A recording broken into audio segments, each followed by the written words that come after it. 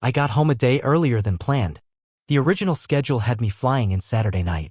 But the client meeting in Chicago wrapped early and I figured why not catch the 6 a.m. flight and surprise Emma.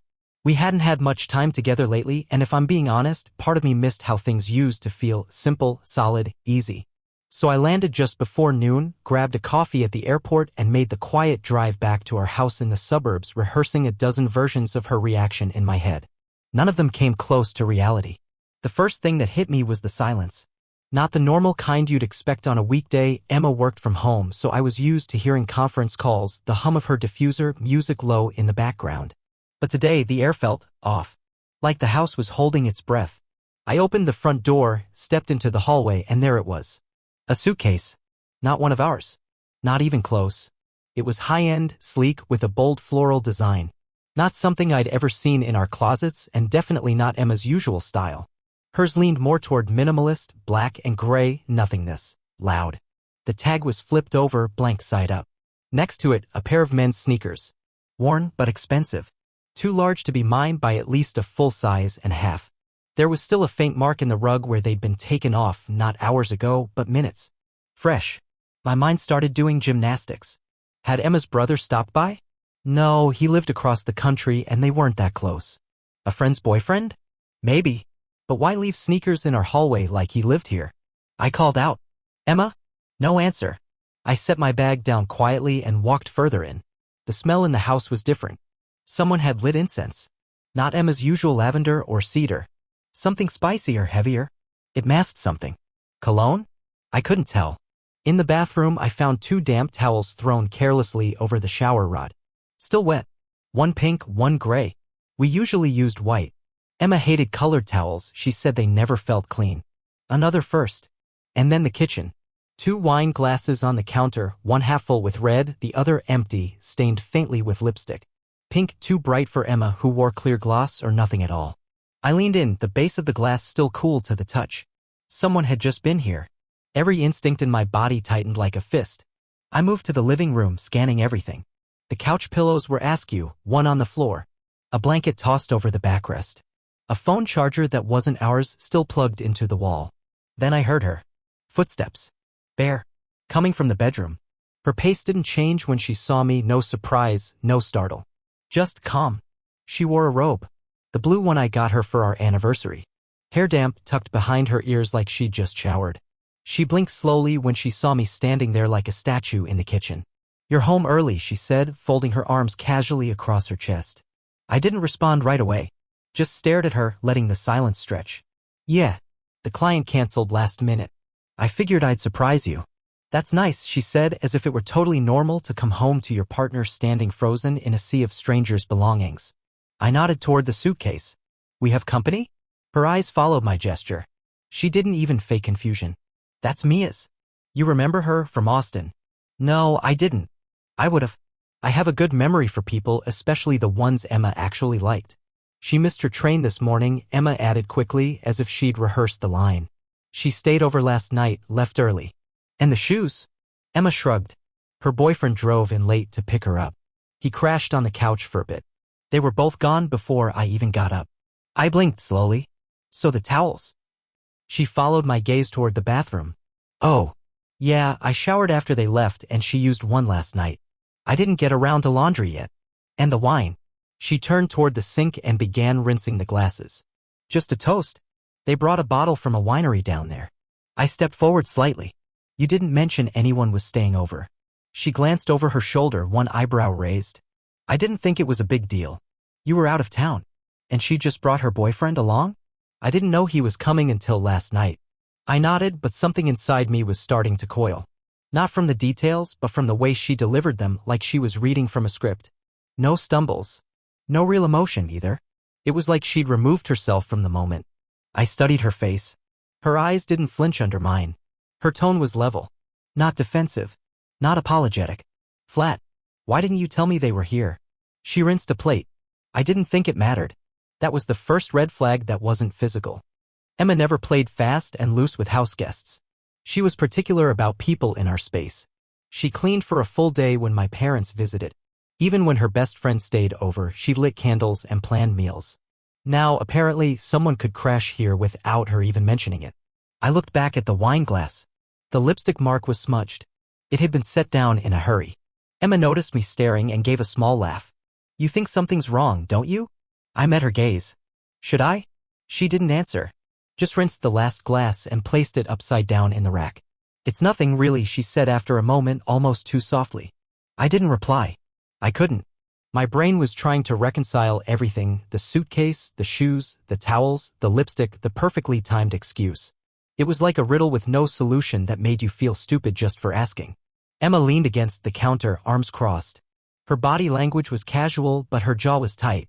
She looked like someone bracing for impact. You don't believe me, she said finally. I shrugged. I don't know what I believe right now. Silence settled in again. I could hear the faint buzz of her phone vibrating somewhere, probably in the bedroom. She didn't move to check it, and neither of us said anything for the next full minute. Eventually, she pushed herself off the counter. Look, she said, walking past me, if you don't trust me, I don't know what to tell you. I turned as she left the room. Her robe shifted slightly as she moved, and I noticed something on her shoulder. A faint curved bruise just peeking out from the collar. My blood turned to ice. I didn't ask. I didn't say a word. I just watched her walk away, her voice echoing lightly from the hallway. I'm going to get dressed. The bedroom door clicked shut behind her. I stood there alone in the kitchen, surrounded by the debris of a story that didn't make sense. And that was when the first real crack split open in my gut. Something was wrong. Not just weird, not just off wrong. Deep down, I think I knew that before she ever said a word. Because when someone you love lies to your face, your body feels it before your brain can catch up. The ear shifts. The walls listen differently. And no matter how good they are at pretending, something inside you starts to scream. I just didn't know how loud it was going to get. After her explanation, if you could call it that, Emma vanished into the bedroom and I just stood there, locked in place, trying to breathe. I didn't follow her. I couldn't. My legs wouldn't move. Instead, I sat down at the dining table, staring at the wine glasses now drying in the rack, replaying the conversation over and over. Her tone. Her calmness. The way she looked at me like she'd already made peace with whatever answer I gave. She was too composed. Too unfazed. Like she prepared for this moment, and that made everything worse. I didn't confront her again that day. She acted normal the rest of the afternoon. Asked if I wanted lunch. Said she was glad I was home. I played along, unsure if I was trying to protect her or myself. But that night, after she went to sleep, I sat alone in the living room with a blanket over my lap and a cold cup of coffee in my hand. The house felt unfamiliar, like I had walked into someone else's life. And suddenly, things that hadn't made sense before started falling into place. It was like someone had turned on a black light and the stains I'd convinced myself weren't there were glowing all around me. I thought about the fitness retreat she went to 2 weeks ago. Said it was somewhere near Boulder, a weekend for resetting and intention. I remembered hugging her goodbye at the door, catching a strange scent on her jacket, cologne. Not mine. Not any brand I recognized. She brushed it off. Probably from the driver, she had said. You know how close those shuttles are. I nodded. Believed her. I mean, why wouldn't I? But now? Now I remembered something else. She came back wearing new clothes. Athletic wear that didn't match her usual brands. A duffel bag I'd never seen before. She told me the studio gave her a care package. I'd smiled. Kissed her forehead. Asked her how it went. She said it was peaceful. That she felt realigned. Another detail snapped into focus. Every Saturday for the past 3 months, Emma left the house around the same time. Said she was going to her meditation studio, a little co-op that had opened on the east side of town. She always came back glowing. Lighter. Like someone had breathed fresh air into her lungs. I remembered how she once forgot her key card and I'd offered to drive it over. She panicked. Told me not to bother, said they were already inside and she'd just wait by the door. Later that week, I found the key card in her jacket. It had expired months ago. I asked her about it. She laughed. Oh, they're moving to digital access, she said. I forgot to tell you. Lie. It had to be. I didn't know it then, but I do now. And when you start seeing the lies, you can't unsee them. One night, I couldn't remember exactly when, it might have been early April, I saw a notification flash on her phone. She was in the shower. The phone lit up on the bathroom counter. A name I didn't recognize. Just an initial, R followed by a heart emoji. I picked it up. The preview was short. Just thinking about you, Red Heart. She stepped out of the shower right then, and I put the phone down like it had burned my hand. She must have seen my face because she asked if everything was okay. I told her yeah. Just tired. She didn't ask anything else. Later, when I brought it up carefully, casually, she brushed it off. Spam, she said. You know how those weird numbers spoof people's names now? I wanted to believe her. I really did.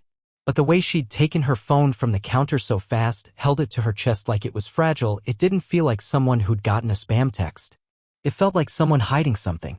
But I didn't push. That was the thing about trust. Once you give it, you try everything not to take it back. You bend, you justify, you explain away the cracks until you're staring at shattered glass and wondering how you didn't hear it break. I told myself we were just drifting. Life does that. People get busy. They forget to connect. But then came the mood swings. She'd get irritated over nothing. Snap at me if I asked too many questions. Some days she'd be unusually sweet, like she was trying too hard. Other days she'd be distant, like her mind was somewhere else entirely. She laughed less. Made less eye contact. Always had an excuse to leave the room when I asked about her day. And her phone habits changed. She used to leave it on the kitchen counter, face up, buzzing away with no concern. Lately?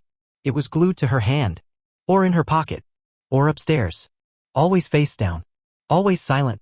Once, she got up in the middle of a movie we were watching together, walked into the hallway to answer a call, then came back 10 minutes later saying it was her sister. But she looked pale, shaken. I asked if everything was okay. She smiled. Just family drama. You know how it is. I nodded. But her sister later mentioned she hadn't spoken to Emma all week. It was little things. The kind you notice only when you're looking back from the wrong end of the telescope. Like how she used to bring me coffee in the mornings and then she didn't. How she stopped asking me about my day. How she started using the phrase, I need space, more often than, I love you.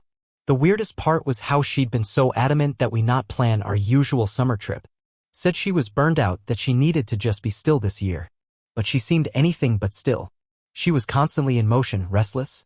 One evening I woke up around 2 a.m. to find her not in bed. I went downstairs and saw her sitting on the back porch wrapped in a blanket, staring at her phone. She didn't see me. She smiled while typing something, paused, then erased it. Typed again. I went back upstairs before she noticed. And now all those memories circled me like crows. Waiting. Watching. I sat there on the couch for what felt like hours, scrolling back through texts we'd exchanged over the last few months. Reading between lines I didn't realize were there before. There were holes in her stories, times and dates that didn't match up. Vague explanations about meetings, errands, appointments. Her calendar had become cluttered with white lies. I could see it now in every cheerful deflection, every subtle dodge of a question I hadn't even realized I'd asked. She used to tell me everything. Now every answer felt like a performance. And I had been the audience. Applauding. Maybe the scariest part wasn't the lies. It was realizing how easy it had been to live next to someone, sleep beside them, eat breakfast across from them, and still not see them. Had I been blind? Or had I just refused to look? That night I made a decision. I wasn't going to accuse. Not yet. I wasn't going to lash out or start a fight I didn't have proof to finish. But I also wasn't going to keep ignoring the signs just to protect the image of a relationship I wasn't sure existed anymore. If Emma was hiding something, if there was more to this, then I had to know. Not just for peace of mind, but because something inside me had shifted and it wasn't going back. Whatever trust we had, whatever version of her I'd built in my head, it was starting to crumble. And I wasn't going to stand still and let it fall on top of me. I didn't sleep that night. Not a wink. I lay in bed beside Emma, eyes open in the dark, listening to the soft rhythm of her breathing. I studied the shape of her back, the way the sheets rose and fell with each breath. She looked peaceful. Like none of this touched her. Like the storm in my chest wasn't just inches away. And I hated that part of me still wanted to believe her. That same part had excused the suitcase, the shoes, the towels. It had swallowed down the wine glasses and the lipstick with a nervous gulp and whispered, maybe it really is nothing. That part was still trying to fix something that didn't want to be fixed. But I wasn't going to be that guy anymore. I couldn't. The next day I started researching. Not out of paranoia, but necessity. There was too much that didn't add up, and the only thing worse than knowing the truth was living next to it and pretending it wasn't there. I needed clarity. Cold, hard clarity. I spent the day in my home office with the door closed, claiming I had work catch-up. Emma was in and out of the house, running errands, taking calls, doing whatever she did. I didn't ask. She didn't offer. I searched online for security cameras. Something discreet. Motion activated. A model with Wi-Fi access and cloud backup just in case things got ugly. I found one, ordered it overnight. The plan was simple. I'd be out of town again, another trip to Dallas for a few days. Emma would think I was gone, but I'd already be back before her timeline expected me. I'd catch her at home unguarded. And then I'd know. The camera arrived the next afternoon, packed in a box no bigger than a book. I felt a sick twist in my stomach opening it, like I was crossing some line I'd never come back from. But that line had already been crossed. Not by me. I waited until Emma left for her yoga class, the one she said she couldn't miss because the instructor only taught once a week. I checked her GPS location. Yes, I had her shared location saved. Yes, I felt gross using it. But it confirmed she was at the studio. I installed the camera high up in the living room, hidden in a corner behind a decorative vase. Perfect angle. Wide lens. It captured the front door, the entryway, and most of the living room couch. The place she always came home to. Where she curled up with her laptop. Where she poured her wine. Where she laughed on the phone, too softly for me to hear from upstairs. I tested the camera with my phone. Crystal clear. Motion alerts worked. Sound too. I left that night with a packed bag and a kiss on her cheek. Told her I'd be back late Thursday. She said, call me if you get bored. Like none of it mattered. But instead of flying to Dallas, I drove 2 towns over and checked into a quiet business hotel. I didn't sleep much there either. Every buzz from my phone sent adrenaline through my veins. But for the first 24 hours, there was nothing unusual. No alerts. No guests. Just her coming home, watching a show, doing yoga in the living room. I started to feel ridiculous. Like maybe I was the problem. Maybe she really was just distracted lately. Maybe this whole investigation was a side effect of stress and pride and fear. I nearly disabled the camera. But I didn't. Thursday night, my supposed return day, I waited outside the house in my car. No lights were on inside when I pulled up, just the glow of the porch light and a soft flicker from the TV room window. I sat there, watching the footage live on my phone. 8:37 p.m. Motion detected. The front door opened. Emma stepped inside. Laughing. She wasn't alone. Behind her was a man I'd never seen before. Tall. Fit. A tattoo on his forearm, the kind that looked expensive. He wore a fitted jacket and jeans, casual but intentional. His hand slid to her lower back as he closed the door behind them. Emma leaned into him. He kissed her temple. I paused the footage. My fingers went numb. Everything inside me went quiet. I pressed play again. They kicked off their shoes. She offered him a drink, her favorite red, the one she said was too bold for weeknights. They clinked glasses. He sat on the couch. She curled up beside him. They laughed. Touched. Kissed. Not a peck. Not a mistake. Real. Familiar. Rehearsed. I watched the entire thing from my car, my body rigid, my lungs burning. She looked happy. Comfortable. Like this was a normal night. Like I didn't exist. And when they disappeared down the hallway toward our bedroom, I stopped watching. I sat there for a long time, phone face down in my lap, my jaw clenched so tight I thought it might crack.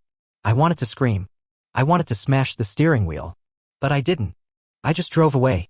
The next morning I came back. Emma wasn't home yet, must have left early. I walked inside like nothing had happened. Same living room. Same wine glasses on the counter. One had her lipstick on it again. The other was clean. I sat on the couch. Waited. When she walked through the front door that evening, her hair tied back, keys jingling, a reusable grocery bag slung over her shoulder, she froze. Because there I was. Sitting in the same place she'd laughed with another man the night before. She blinked. You're home early? Yeah, I said calmly. Dallas canceled last minute. She hesitated. You should have texted. Wanted to surprise you. I pointed to the TV. Remote in hand. Video cued. I've got something to show you. She looked confused at first. Then the screen lit up. The timestamp read the night before. She watched herself walk through the door with him. Watched the kiss. The wine. The laugh. The touch. Her keys hit the floor. She didn't speak. Didn't deny it. Her eyes went wide, then hollow. Her mouth opened, but no words came. The moment she saw the bedroom hallway appear on screen, she lunged for the remote. Too late. I stood up, unplugged the TV, and walked past her without saying another word. She dropped to her knees on the rug. Not crying. Not begging. Just stunned. Like someone had pulled the world out from under her. That was the moment the illusion shattered. Not just for me. For her too. Because in that moment she realized the mask had cracked. The role she'd been playing so well had ended. And all that was left was silence. She didn't chase me. I didn't look back. The truth wasn't something I'd found. It was something I'd already known, deep down, and finally couldn't deny. I didn't slam the door when I left. Didn't yell. Didn't throw anything. I just walked out keys in hand the way someone might leave a grocery store when they realize they've forgotten their wallet. I got into the car and sat still for a while. Not because I didn't know where to go, just because my body hadn't caught up to what my mind had already decided. Emma was still inside. Still on her knees in the living room. Or maybe she had gotten up. Maybe she was calling me, texting, trying to come up with some kind of story that would paint everything in soft pastels. I didn't care. I started the engine and drove. No destination. Just distance. I passed the sign that marked the end of our neighborhood, the one we used to joke about replacing with something less suburban. Then the intersection where we got coffee every Sunday. Then the little used bookstore we said we'd explore but never did. It all blurred. Eventually, I found myself on the interstate heading west. I didn't plan to, but that's where the road pulled me. The city thinned out behind me. Buildings turned into barns. Traffic faded. My shoulders loosened. I drove for 4 hours. Didn't play music. Didn't make a single call. I ended up at the house in Kansas. It was my late uncle's place, a modest, one-story home that had been sitting empty since he passed. We'd inherited it a year ago and talked about maybe turning it into a rental. Emma thought it was too remote. Too quiet, she'd said. That was exactly what I needed now. I used the spare key from the glove box, stepped inside, and locked the door behind me. The place smelled like dust and old wood. The fridge was empty, the furniture still covered in white sheets. But it felt safe. Like the world couldn't find me here. And that's what I became, unreachable. The next morning I turned off my phone. But not before I saw the first wave of messages. Emma, Mark, where are you? Emma, please call me. I need to explain. Emma, I'm so sorry. I didn't mean for it to happen. Emma, you don't have to say anything. Just let me know you're okay. Then missed calls. 4, 8, 11. I lost count after that. I muted the notifications, powered down the screen, and placed the phone face down on the windowsill. She had no idea where I'd gone. None of our friends knew about the Kansas house. I had never brought it up more than once in casual conversation. That made it perfect. My own little exile. I spent the next few days in silence. Didn't talk to anyone. Didn't explain. Didn't leave a note. I didn't even open the curtains. I bought groceries at a tiny store 15 minutes down a dirt road. Paid in cash. Avoided eye contact. I started cleaning the house, scrubbing floors, wiping windows, hauling trash bags full of old magazines and yellowing newspapers. My body needed something to do, some physical manifestation of purging. Each morning, I'd wake up before the sun and make coffee in silence. No emails. No TV. No scrolling. It wasn't peace, not yet. But it was the absence of noise. And for now, that was enough. Emma kept calling. When I finally turned the phone on for a few minutes just to check in with my parents, I saw the backlog. Emma, please. I'll do anything. Just talk to me. Emma, this doesn't have to end like this. Emma, it was a mistake. I was lost. We can fix it. But there was no we anymore. I didn't respond. I didn't delete the messages either. They sat there like evidence. And the longer I stayed silent, the more desperate they became. Emma, I'm falling apart. Please don't leave me in this. Emma, say something. Anything. Then, nothing. 3 days without a message. Then 5. That's when I knew the silence had started to work. There's something about withholding your presence, your voice, that leaves a deeper mark than any argument could. It forces the other person to sit with the echo of what they did. Emma had lived in noise. Her whole world was built on energy, attention, engagement. Her phone, her followers, her coaching clients, her voice memos, her podcasts. Constant motion. Constant sound. Now she had to sit in stillness. No responses. No defense. Just the fallout.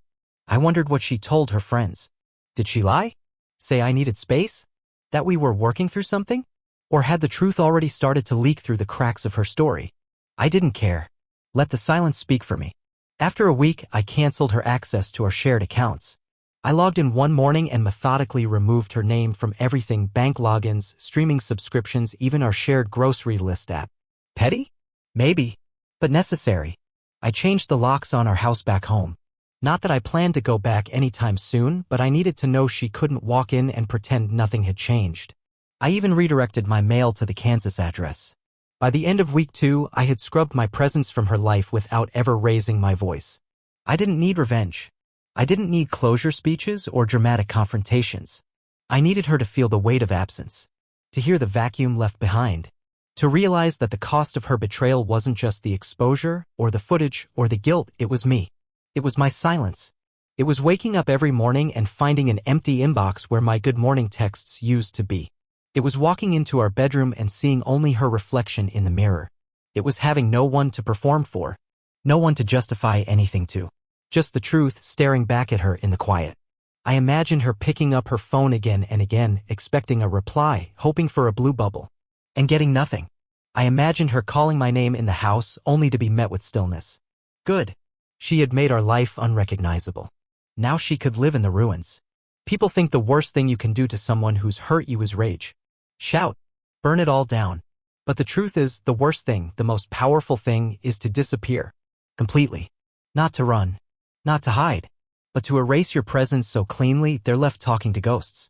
One afternoon I opened the curtains and stood at the window for the first time in days. The sky was soft with clouds. The trees whispered in the breeze. I could hear a bird chirping. My heart beat quietly. Evenly. It didn't feel like healing, but it felt like something. The thing about silence is it doesn't just echo, it amplifies. It turns guilt into gravity. Turns small regrets into full-blown avalanches. And for someone like Emma, someone who had spent her adult life building a brand on constant communication, self-proclaimed transparency, and self-help mantras, it must have felt like suffocating in an airtight room. But I wasn't watching her anymore. I wasn't stalking her social media, I wasn't reading her messages, and I definitely wasn't giving her the validation of a response. I had shifted my energy entirely. Away from reaction. Into action. I wasn't planning revenge. This wasn't about getting even. This was about reclaiming something she had slowly eroded while smiling to my face, my name, my stability, and my sense of reality. It started with a spreadsheet. Boring. Methodical. Therapeutic. I opened a blank Excel doc and titled it, Evidence. I went line by line through every expense, every transaction, every recurring payment that Emma and I had ever connected to her spiritual wellness brand. Her whole business had grown like ivy over our shared finances, so quietly and naturally I hadn't realized just how embedded it had become. But now I was untangling it. There were hundreds of entries. Payments from clients, fees for services she never delivered, conference registrations that never happened. I found duplicate charges, strange refunds, inconsistent invoices. It wasn't just infidelity, it was financial misconduct. Coaching sessions booked but never logged. Deposits rerouted to private accounts under the name Ryan Brooks. Ryan. That was the man from the footage, the one with the tattoo and the smile like he owned the place. Apparently, he wasn't just her affair partner, he was her silent collaborator. I traced the payments. Every time she claimed to be traveling for work, retreats, workshops, speaking engagements, there was a corresponding transfer. Ryan got paid, usually on the same day. Sometimes directly. Sometimes through dummy services with vague labels like event logistics or consulting. But it didn't stop there. I found complaints. Emails from clients asking about follow-ups that never came. One woman wrote, Emma promised I'd receive a 6-week transformation program. It's been 3 months. I've heard nothing. Another simply said, I want my money back. These weren't one-offs. They were patterns. Emma hadn't just lied to me. She had built a pyramid of half-truths and spiritual language, selling inner peace while living in chaos. I collected everything. *TS. Bank statements. Testimonies. I organized them into folders: personal, professional, transactional, client disputes. Then I called a financial attorney. A quiet one. Not the flashy kind you see on billboards. Just a clean-cut, no-nonsense woman named Marlene who spoke with precision and didn't waste time. We met in a small downtown office over weak coffee and a rain-streaked window. After I walked her through it all, she looked up from the documents and said, this isn't just divorce material. This is breach of fiduciary duty. Maybe fraud. I nodded. I didn't need her to tell me I was right. I just needed her to help me do this right. Proceed quietly, I told her. I don't want her to see it coming. She smiled. That's the best way. Over the next 3 weeks, I became something Emma would never see me as again, invisible and dangerous. Marlene filed paperwork to freeze our joint business accounts, citing suspicion of financial misrepresentation. She contacted the platforms Emma used to collect payments, Stripe, PayPal, Venmo, and launched formal reviews under my name as co-owner and spouse. Every day, another string on her puppet show snapped. Contractors began pulling out. Her workshop partners ghosted. Podcast ad sponsors emailed to reevaluate their involvement. Emma's face began to vanish from the corners of the internet where she once glowed. Her brand was silence and purity. Now it was scandal and unanswered emails. She didn't know it was me. She probably thought the universe was punishing her. Maybe she'd write a blog post about shadow work. Maybe she'd call it a cosmic correction. Let her. The point wasn't to ruin her. It was to remove her ability to rewrite the story. I didn't go online and blast her. I didn't out her in public. I didn't need the court of opinion. I had the court of law. And the law was working faster than I expected. By the second week of action, Marlene called with a tone she hadn't used before. "She's been served," she said. "Papers went out this morning." I didn't ask how Emma responded. Did she scream? Cry? Laugh it off? Did she finally connect the dots between the silence and the consequences? All I knew was that the illusion of invincibility, the one she wore like armor, was cracking. The house of cards she built with borrowed words and borrowed hands was folding. Still, I didn't break my silence. Even as I watched her name vanish from company databases. Even when her wellness blog was taken offline for restructuring. Even when her email bounced back as inactive. I stayed in Kansas. Worked on the backyard. Fixed up the shed. Learned how to chop firewood and rewire a ceiling fan. My hands had purpose again. I didn't watch the destruction. I didn't refresh her Instagram to see if she'd posted some vague quote about pain being the doorway to transformation. I didn't need to. Emma had always been a storm. Beautiful, dramatic, hard to pin down. She lived for the reaction, the friction, the emotional crescendo. Now there was no one clapping for her performance. No one saying, "I understand," or "You're so brave." Only quiet. The kind of quiet you can't fake your way through. By the end of the month, the case had moved further than I expected. A few clients joined a separate civil complaint. Emma's accounts remained frozen. Her brand consultant reached out to Marlene for clarification. Marlene simply replied, "Refer to filing 6-428B. That was it. It was happening. Justice, not revenge, was unfolding. No explosions. No screaming matches. Just slow, undeniable collapse. And that collapse echoed louder than anything I could have said. One night, I stood on the porch with a glass of water watching the sky fade into violet and gold. The cicadas hummed. The air smelled like rain. I leaned against the railing and exhaled, not with anger, not with sadness, but with relief. For the first time in what felt like forever, I wasn't reacting. I was rebuilding. And this time, everything I was building would belong to me. A week after the legal dust started to settle, the doorbell rang. It was a rainy Thursday evening, quiet, gray, and forgettable until that moment. I hadn't been expecting anyone. Nobody had the address except my lawyer and a few family members.